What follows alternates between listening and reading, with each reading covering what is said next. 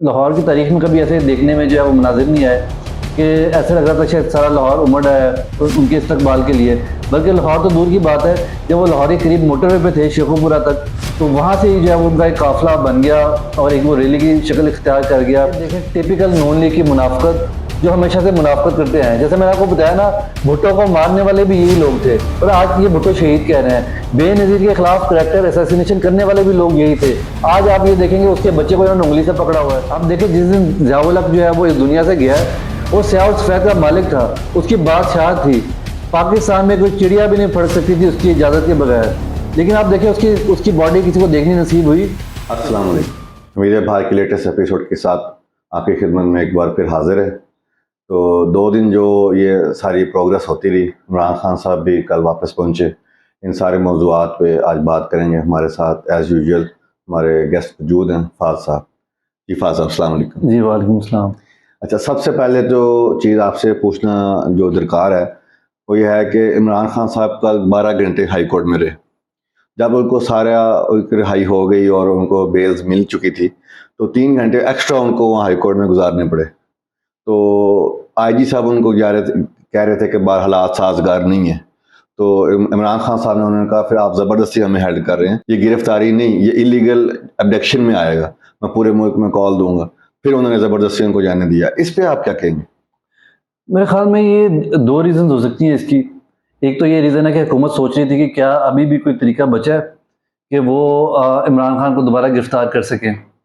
और दूसरे नंबर पे जो है ना, वो मेन बात जो मुझे लगता है वो ये था कि गवर्नमेंट को पता था कि इमरान खान जब बाहर निकलेंगे और वो टाइमली आएंगे तो उन्हें बड़ी ज़बरदस्त रिसेप्शन मिलेगी। तो वो ये चाह रहे थे कि इमरान खान को इतना डिले कर दें कि वो रात को जब वो मिडनाइट के बाद जो है ना वो लाहौर पहुंचे। तो दूसरी रीज़न उसकी ये है कि लग ये रहा था कि गवर्नमेंट चाह रही थी कि इमरान खान को अच्छा रिसेप्शन ना मिले और उसे अच्छे इमेजेस ना जाएं। क्योंकि आपको पता है कि मरीम नवाज ने भी ट्वीट की और राना सनाउल्लाह भी कह रहा था कि जी इमरान खान के लिए लोग नहीं निकले और नहीं निकलेंगे। ये बार बार ये नैरेटिव देने की कोशिश कर रहे हैं। और ये आपने देखा कि इमरान खान जो है वो रात को 2 बजे के बाद जो है वो लाहौर पहुंचे। लाहौर की तारीख में कभी ऐसे देखने में जो है वो मनाजिर नहीं आए कि ऐसे लग रहा था शायद सारा लाहौर उमड़ आया है उनके इस्तकबाल के लिए। बल्कि लाहौर तो दूर की बात है, जब वो लाहौर के करीब मोटरवे पे थे शेखुपुरा तक, तो वहाँ से ही जो है वो उनका एक काफ़िला बन गया और एक वो रैली की शक्ल इख्तियार कर गया। और लोगों ने तमाम तर जो है वो, आपको पता है सरकारी जो है तशद्दुद हुआ था लोगों के ऊपर और गुंडागर्दी हुई थी और फायरिंग हुई और लोगों पे खौफ और राज फैलाया गया। उसके बावजूद लोग इतनी बड़ी तादाद में निकले, तो शायद वो इसको अवॉइड करना चाह रहे थे और देखें वो उसमें कामयाब नहीं हो सके।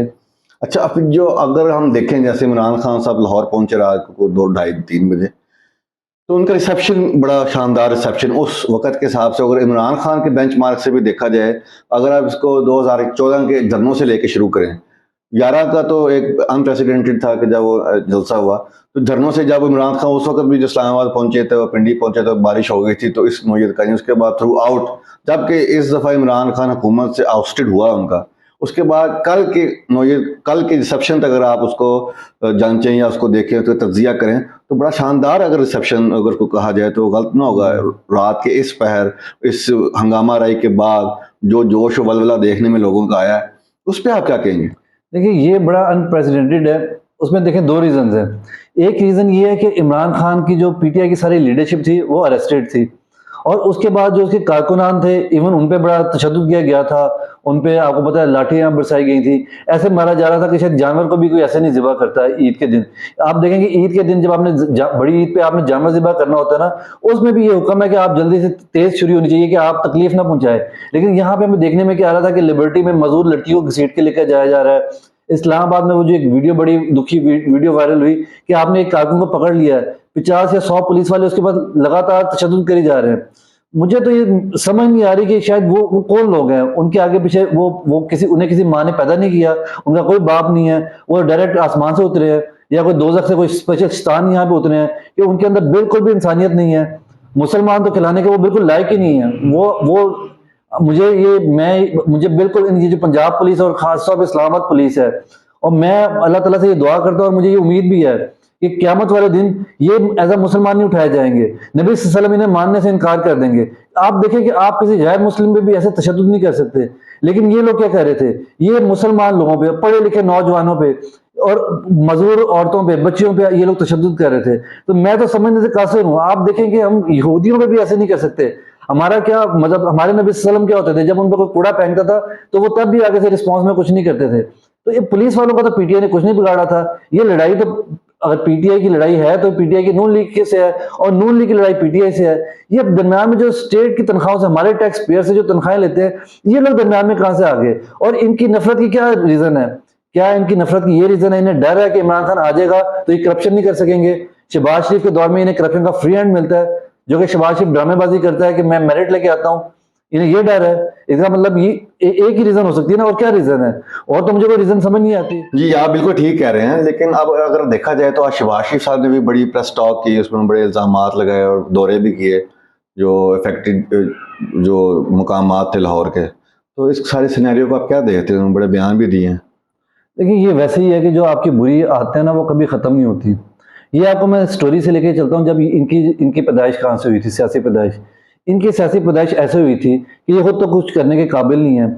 इन्होंने ज़ियाउल हक के साथ मिलके, इनके खानदान ने भुट्टो की कब्र खोदी, और उसके बाद इन्होंने उस कब्र पे खड़े होकर ये इक़्तिदार में आए, और उसके बाद ये 30 साल इन्होंने पाकिस्तान में बादशाहत की।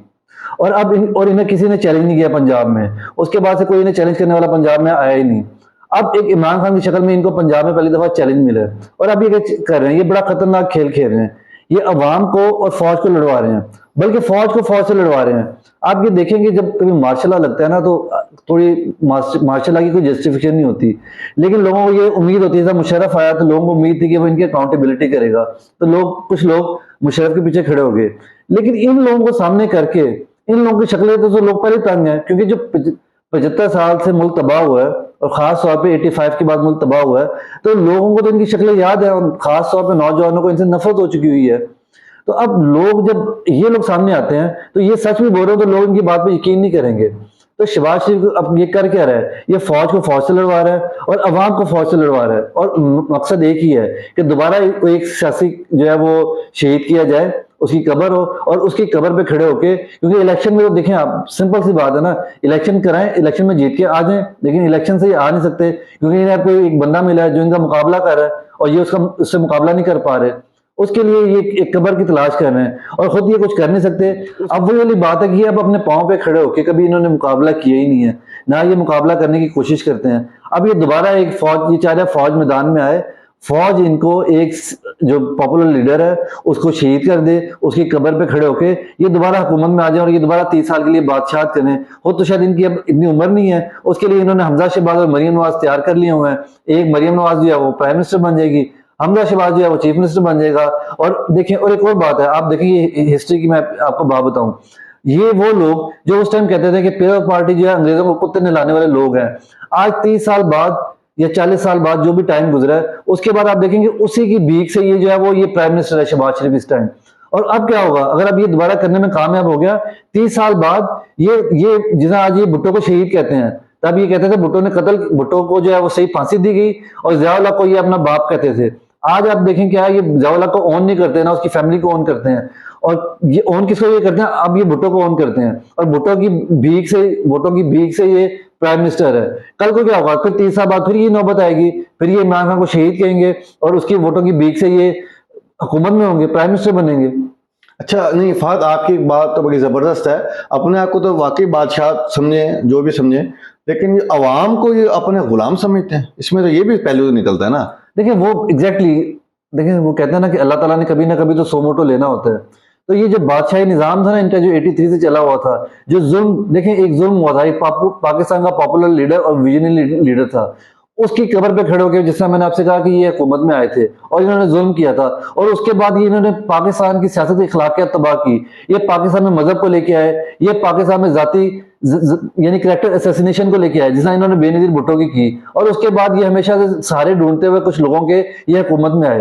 तो अल्लाह के निजाम ने, कुदरत ने भी तो हरकत में आना था ना, वो निजाम, वो कुदरत का निजाम जो अब हरकत में आ गया है। और अब ये नौबत है कि पंजाब में आप ये देखें कि केयर टेकर इनका, चीफ इलेक्शन कमिश्नर इनका, फेडरल गवर्नमेंट इनकी, और उसके बावजूद ये इलेक्शन कराने के काबिल नहीं है, और ये ढूंढ रहे हैं कि दोबारा कोई आए और इनको अपने कंधे पे बिठाए, इनकी उंगली पकड़े और उंगली पकड़ के इनको बादशाही जो तख्ते बादशाही है, जो लाहौरी तख्त कह लें, उस पर लाके दोबारा बिठा दे। हाँ, कभी ये बात करते हैं कि हम इमरजेंसी लगाएंगे, कभी कुछ सियासतदान या जो सूडो इंटेलेक्चुअल्स हैं वो कहते हैं मार्शल, एवन के सहाफ़ी भी कहते हैं मार्शल के अलावा कोई हल नहीं बचा। जो इनकी अब आखिरी जो उम्मीद है, और मौलाना साहब हैं वो कह रहे हैं कि हम आगे धरना दे देंगे सुप्रीम कोर्ट के बाहर। इनको तो कोई सियासत के मैदान में इनको कोई हल नजर नहीं आ रहा। ये बैसाखियां और जो शॉर्टकट्स और एक्स्ट्रा जो कॉन्स्टिट्यूशनल जो मेजर्स हैं वो लेने की तरफ ये अपना उस तरफ इनकी तवज्जो है, जो सियासत के मैदान में जमहूरियत के अंदर रह के इनको कोई हल नजर नहीं आ रहा। बिल्कुल आपने सही कहा है, आपने सही बात पॉइंट आउट की है। आप देखेंगे इनका अब ये लेवल आ चुका हुआ है कि ये जलसा करने के काबिल नहीं है। इन्हें रेंट पे जलसा चाहिए, इन्हें एक मौलवी चाहिए जो अपने मदरसे के बच्चों को, जो कि उसके वोटर्स भी नहीं है, क्योंकि वो बेचारा मौलवी तो अपना हल्का नहीं जीत सकता। वो मौलवी इस काबिल होता तो अपना हल्का जीत लेता 2018 में, जबकि कुछ वोट उसके होंगे। अब तो वो इस काबिल भी नहीं है, तो वो बेचारे मदरसे के बच्चों को खाने पीने का लालच देके वो इस्लामाबाद लेके आए और नून लीग के जी हमने अदालत के खिलाफ हमने बंदा इकट्ठा कर लिया। हो तो ये बंदा इकट्ठा करने के काबिल भी नहीं है। आपने देखा कि इन्होंने ये, अगर इनके अंदर हिम्मत है, लाहौर इनका गढ़ है, लाहौर में इन्होंने हमेशा स्वीप करते रहेंगे ये लोग। लाहौर में करें ना जरा मीनार पाकिस्तान में जलसा और बताएं अवाम हमारे साथ खड़ी है, लेकिन ये नहीं कर पाएंगे। ये इनकी नौबत आ गई है और इनके लिए सोचने का मुकाम है इनके लिए। ये जो कर रहे हैं, ये देखिए अपनी, बेसिकली मैंने आपको कहा ना, ये अब अपने हाथों से अपनी कब्र खोद रहे हैं ये। अब ये देखें, अब लोग, ये सोशल मीडिया का दौर है, अब पढ़े लिखे नौजवानों का दौर है, अब लोगों को समझ आती है और लोगों के अंदर लोगों को समझ आ चुकी हुई है। पहले बेचारे मासूम लोग थे, पीटीवी होता था, आप देखेंगे आप जो मर्जी आप चाहते थे आप लोगों की ब्रेन वॉशिंग कर लेते थे। अब तो एक 4 साल के बच्चे को भी सारी बातों की समझ है। इमरान खान, मैं आपको एक बात बताऊं, मैंने तो 6 साल के बच्चे को भी नाचते हुए देखा है, इमरान खान की रिहाई पे खुशी मनाते हुए देखा है। ये किधर बैठे हुए हैं ये लोग? इनको ये नहीं पता कि ये एक नहीं, जो एक नौजवान नस्ल इन्होंने अपने खिलाफ कर लिया है और जो नई नस्ल अभी पैदा हो रही है और वो जो 4-5 साल के बच्चे हैं वो भी इनसे नफरत करते हैं। शहबाज शरीफ कभी सड़क पे निकले और 4 साल के बच्चे से मिले, उसको पता लगेगा कि नून लीग की क्या हालत हो चुकी हुई है। ये बिल्कुल आपने सही कहा। अब आज आपने बड़ा एक ज़बरदस्त एक इवेंट देखने में आया, मुझे तो समझ ही नहीं आ रही थी इस पर कमेंट मैं क्या करूं, या उसके वो देख के मेरे जहन में जो तासुरात बड़े मिक्स किस्म के आ रहे थे कि ख्वाजा आसिफ साहब वहाँ प्रेस कॉन्फ्रेंस कर रहे थे और वो इजाज़त मांग रहे थे, तो जो सियालकोट में इवेंट हुआ उनके घर वालों से कि मैं आके माफ़ी मांगना चाहता हूँ। उनकी इजाज़त के बगैर या सुमान डार के घर पे ये जो कुछ हुआ है, एक चीज उनके घर में सलामत नहीं, कोई एक चीज जो है, इवन के वॉशरूम में जो आप अपना मिरर होता है वो तक सलामत नहीं। उनके घर में कोई बर्तन नहीं छोड़ा। उनकी वालदा के साथ तशद्दुद हुआ। वालदा, वालदैन और माँ बहनें सबकी, हमारा तो मुआशरा ऐसा है सबकी सांझी गिनी जाती हैं। तो ये क्या हो रहा है? और उसके बाद ये रद्द अमल, ये मेरे तासुरात में समझ नहीं आ रही कि इसमें मैं सोचूं क्या। ये देखें टिपिकल नून लीग की मुनाफकत, जो हमेशा से मुनाफकत करते हैं। जैसे मैंने आपको बताया ना, भुट्टो को मारने वाले भी यही लोग थे और आज ये भुट्टो शहीद कह रहे हैं। बेनजीर के खिलाफ करैक्टर असैसिनेशन करने वाले भी लोग यही थे। आज आप ये देखेंगे उसके बच्चे को इन्होंने उंगली से पकड़ा हुआ है। ये मुनाफिक लोग हैं। मगरमच्छ के आंसू बहा रहा ख्वाजा आसिफ। ये कह रहा है कि वो मेरी बहन थी, हम एक मोहल्ले में पले बड़े, हमारी बरादरी एक है। क्या मतलब इसकी बहन थी? जो बाकी बच्चों के साथ जो सारा दिन 2 दिन से मीडिया दिखा रहा था, मीडिया ने तो नहीं दिखाया, सोशल मीडिया पे आ रहा था, तशद्दुद हो रहा था, इसने पुलिस वाले को रोका।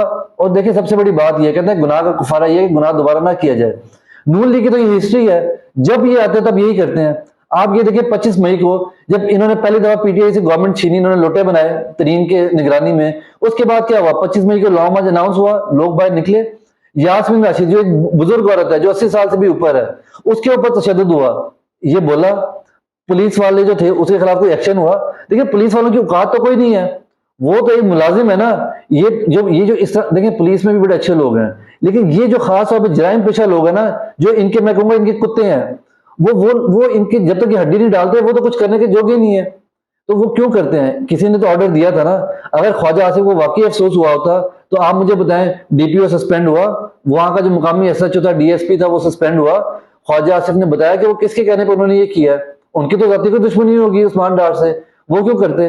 और ये तो बुज़दिल लोग होते हैं, क्योंकि ये तो बाद में कह देते हैं। देखें आपको एक बड़ी बात सुनने को मिलती होगी, जब किसी सियासतदान को ये पकड़ते हैं उन्हें कहते हैं जी ऊपर से ऑर्डर आया था। कभी ये फौज पे नाम लगा देते हैं ताकि, क्योंकि उन्हें पता होता है कि अब ये सियासतदान ये भी हुकूमत में आएगा तो ये हमारे खिलाफ एक्शन ना ले, तो हम कह सके जनाब हम तो मजबूर थे, हम तो स्टेट की ड्यूटी कर रहे थे। तो ये नून लीग की टिपिकल मुनाफकत है। ये समझते हैं कि अभी वही दौर है, लोग बेवकूफ हैं, इनकी बातें नहीं समझते। लोगों को बड़ी समझ आती है।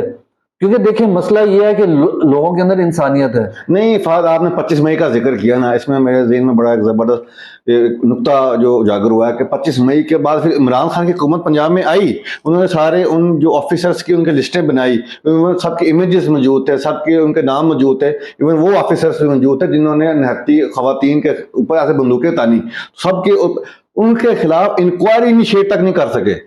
तो वो कौन रोक रहा था? वो ख्वाजा आसिफ तो नहीं रोक रहा था। ये इमरान खान का बिल्कुल कसूर है। इमरान खान की आप ये इसको खूबी कही या खामी कही, इमरान खान किसी बंदे के साथ पर्सनल नहीं होता। नहीं, वो उन्होंने आके टेलीविजन पे कहा कि मैं उनको, वो कहते हैं कि ऊपर से ऑर्डर था, कोई इंक्वायरी इनिशिएटिव कोई नहीं होने दे रहा। वो तो फिर एक और बात है ना, परवेज इलाही किसका बंदा है? वो सदर तो पीटीआई का है, लेकिन क्या वो नजरियाती है?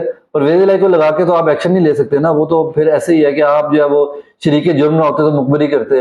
वो तो इमरान खान पे हमला हुआ तो उसकी एफआईआर नहीं कट सकी, और परवेज इलाही कह रहा है कि जी मैंने मना किया था एफआईआर कटवाने से। तो शायद उनके जो घर पे हमला हुआ है, फिर वो क्या शहीदों में उंगली कटा के नाम लिखा रहे हैं? लेकिन उसके घर के अंदर हमला तो देखें, पता नहीं, ये अल्लाह बेहतर जानता है, हम क्या स्पेकुलेशन करें और हम उससे बात करें, लेकिन अल्लाह बेहतर जाने कि वो क्या होगा। उनको तो तो इस पुलिस पार्टी के खिलाफ उन्होंने इंक्वायरी इनिशिएट की होती, शायद उनका घर भी महफूज रहता। बिल्कुल, शायद ये देखें, ये उनके लिए शायद अल्लाह ने उनकी आंखें खोलनी थी कि वो ये समझ रहे थे कि मैं मुकद्दस गांव, मैं उनके गुड बुक्स में आके मैं बच जाऊंगा, लेकिन ऐसा बिल्कुल उनके घर में 2 वफाकी वजीर हैं इस वक्त, 3 है, अगर चीमा साहब को भी गिन लें आप, जो बड़े उनके क्लोज हैं, तो 3-4 वफाकी वजीर उनके घर के हैं। तो ये उनके घर पे ही हमला हो गया। बिल्कुल ऐसे ही है। शायद बेबस खड़े रहे वहां। उनकी भी आंखें खुली होंगी। आप देखेंगे उनका बेटा मुनस इलाही जो है वो पाकिस्तान नहीं जा सकता, उन्हें पता है अगर आएगा तो पॉलिटिकल विक्टिमाइजेशन होगी, और इस टाइम जो है वो कोई उनका साथ नहीं दे रहा, कोई इदारा उनका साथ नहीं दे रहा, जिन इदारों के कहने पे वो जो है सारा स्याह और सफेद करते होते थे।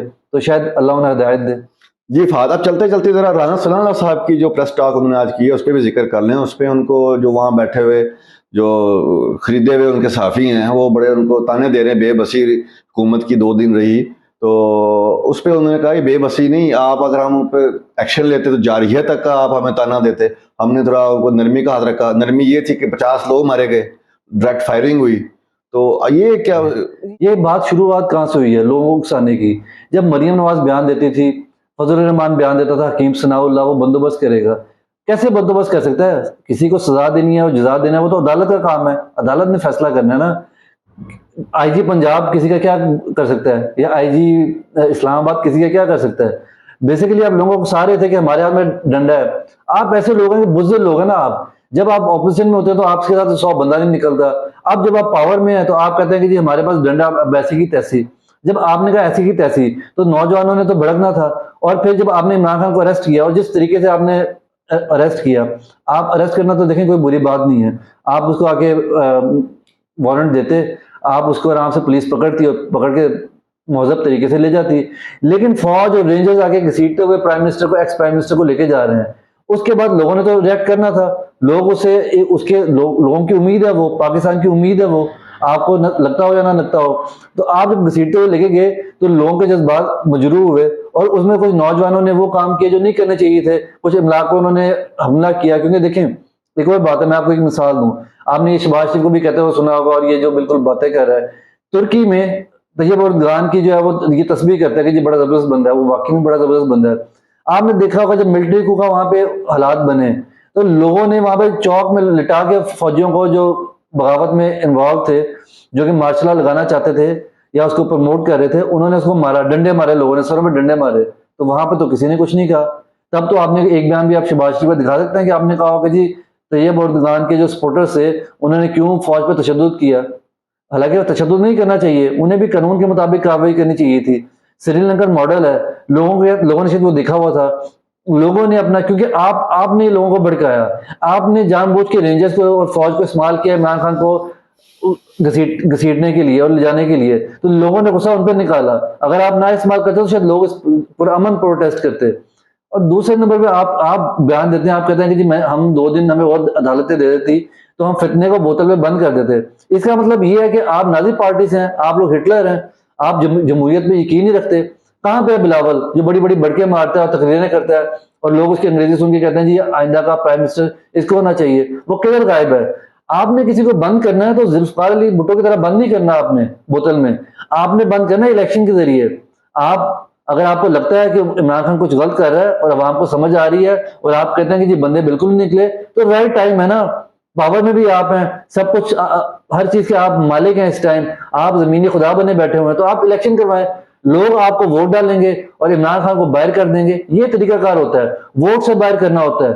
हिटलर वाले जो देखें, ये जो मुजम्मिल शाह जैसे लोग बकवास करते हैं, तो उनको अब यहाँ पे आके बात करनी चाहिए ना कि कैसे राना सनाउल्लाह ने बयान दिए कि हम फितने को 2 दिन में बोतल में बंद कर देना था।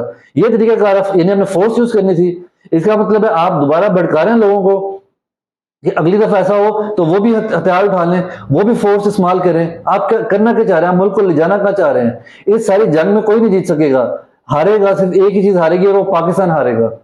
अच्छा फहद, जो आपने बात की इसका फिर एक ना पब्लिक में सेंटीमेंट और एक जो इसकी सेंटीमेंट जो नीचे मैसेज में नजर आती है कि अब मैंने देखा है कि कहीं पे कोई बात हो रही है, नैरेटिव या जो मौजूद गुफ्तगू तो इस वक्त एक ही है पब्लिक में, या इमरान खान के जो हक में बात सुन रहे होते हैं या उनके नफरत में लोग उनकी मुखालफत में बात कर रहे होते हैं, इनके हक में तो किसी के पास कोई दलील भी नहीं है। तो जो पीडीएम में शामिल जमाते हैं उनके कोई लोग सपोर्टर्स होंगे, जेन वन को उनको लाइकिंग करते भी होंगे, वो तो अपना मौकफ पब्लिकली पेश करने जोगे भी नहीं रहे। तो इस पे आप क्या कहेंगे? ये तो अच्छी चीज तो नहीं है ग्रूमिंग के लिए और जो आगे ग्रोथ, सोसाइटी की ग्रोथ के लिए। बिल्कुल, ये बड़े बदकिस्मती है। अलमिया बन चुका। आप एक सोसाइटी में जो कंपटीशन खत्म कर देंगे, हमारा पड़ोसी मुल्क है वहां पे भी आप देखें कांग्रेस है और बीजेपी है, उनमें मुकाबला होता है। अभी आपने देखा होगा कि प्रोविंशियल इलेक्शन में रिजल्ट आया तो कांग्रेस ने कम बैक किया और बीजेपी वहां पे हार गई, आज ही उसका रिजल्ट आया। इसी तरह आप दुनिया में देखें, अमेरिका में आप देखें, कनाडा में, कहीं भी आप देखें, तो ऑपोजिशन, स्ट्रॉन्ग ऑपोजिशन जो है वो भी जमहूरियत के लाजमी है, ताकि कोई बंदा भी जो है वो डिक्टेटर ना बन जाए। मसला अब क्या आ रहा है? मसला ये आ रहा है कि ये नून लीग जो है वो बार बार जो गलतियां करी जा रही है। आपने इमरान खान को अरेस्ट किया, आपको क्या फायदा हुआ?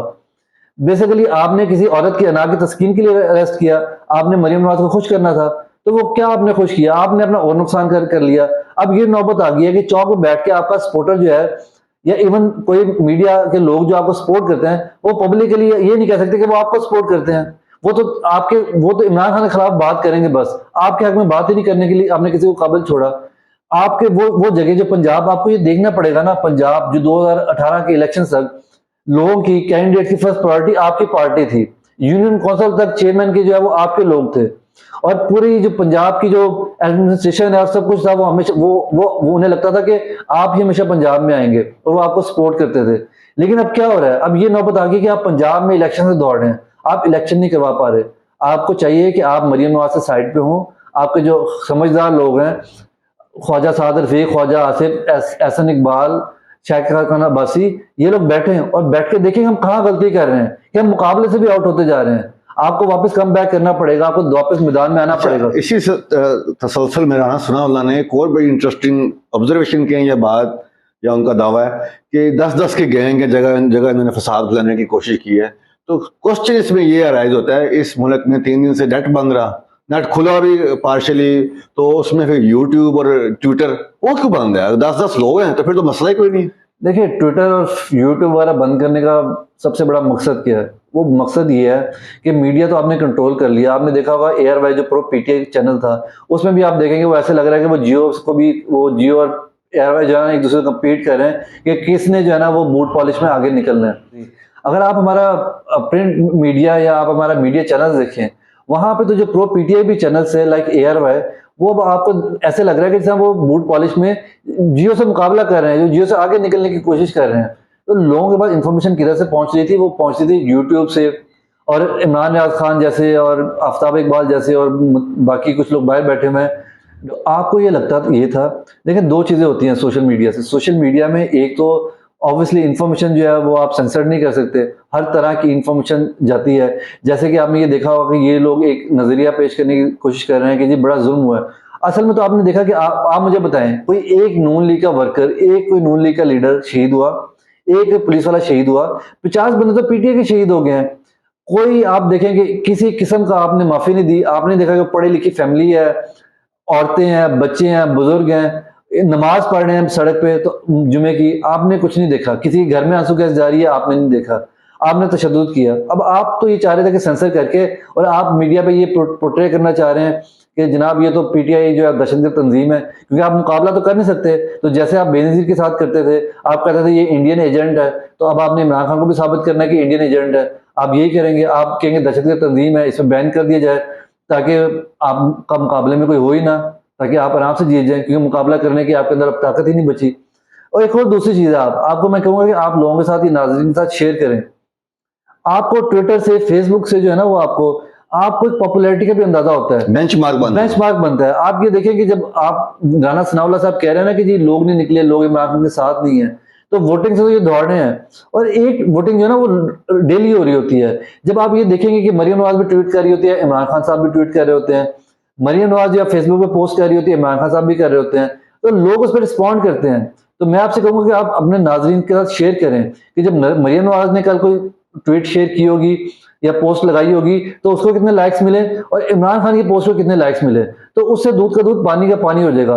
और वो एक लिटमस टेस्ट होता है जब तक आप इलेक्शन नहीं कराते। ये उससे खाइफ होकर बंद किया हुआ सारा इन्होंने। देखिए, प्राइमरी रीजन तो ये है कि क्योंकि सेंसरशिप लगानी है, पीटीआई को दहशतगर्द डिक्लेयर करवाना है, तो क्योंकि लोगों तक सही इंफॉर्मेशन ना पहुंच जाए। लेकिन इन्हें ये समझना चाहिए कि जो आजकल के नौजवान है ना, वो इनसे भी ज्यादा स्मार्ट है, वो टेक्नोलॉजी को इनसे बेहतर यूज करना समझते हैं। तो मैं तो ये देख रहा हूँ कि ट्विटर पे लोग ट्वीट कर रहे हैं, पाकिस्तान में बैठे हैं और ट्वीट कर रहे हैं, वो वीपीएन यूज कर रहे हैं, यूट्यूब भी वो वैसे ही यूज कर रहे हैं। एक मुहतात अंदाजे के मुताबिक पिछले 3-4 दिन में नेट की बंदिश की वजह से 13 से 14 अरब रुपए का नुकसान हुआ, और बहुत सारे जो हमारे डेली वेजर्स हैं जो इस पे इंटरनेट की वजह से रोज़ी कमाते हैं, वो रोज़ी कमा के घर नहीं ले जा सके। और इन्होंने 2-4 दिन इमरान खान को 2 दिन जो कस्टडी में रखा है, उससे अचीव क्या किए? ये सिंपल सी बात है, मैं आपको बताऊं, वो कहते हैं ना कि जो अल्लाह के लोगों के काम आता है, अल्लाह उनके काम आता है। इन्होंने लोगों के साथ जुल्म किया है, इन्होंने इस चीज़ का ख्याल नहीं रखा कि ये इनकी अपनी जो ज़ाती जंग है, इनकी लड़ाई है, उसमें ये पीटी का कुछ नहीं रोक सके, कोई एक वीडियो भी नहीं रुकी। ट्विटर भी चला है वीपीएन से, यूट्यूब भी चला है वीपीएन से, और फेसबुक व्हाट्सएप से तो वैसे वीडियोस शेयर हो रही थी। तो फ़ायदा क्या हुआ? सिर्फ नुकसान हुआ, बड़ी कंपनी से नुकसान हुआ। चले, फिर वो उनके पास तो कैपेसिटी होती है ना कि वो नुकसान बर्दाश्त कर लेगी, लेकिन मुल्क का तो नुकसान है ना, मुल्क का तो रेवेन्यू गिरा। और सबसे ज़्यादा नुकसान हुआ गरीब वर्कर का। आप इमरान खान का देखें कि जब सारी दुनिया, यही बिलावल और ये सारे लोग कहते थे कि लॉकडाउन नहीं कर रहा, तो इमरान खान ने लॉकडाउन करने से इनकार कर दिया गरीब का सोच के, और अल्लाह ने बरकत डाली। हमारे मुल्क में वैसे कोविड नहीं आया, वरना हम तो ख़त्म हो जाते।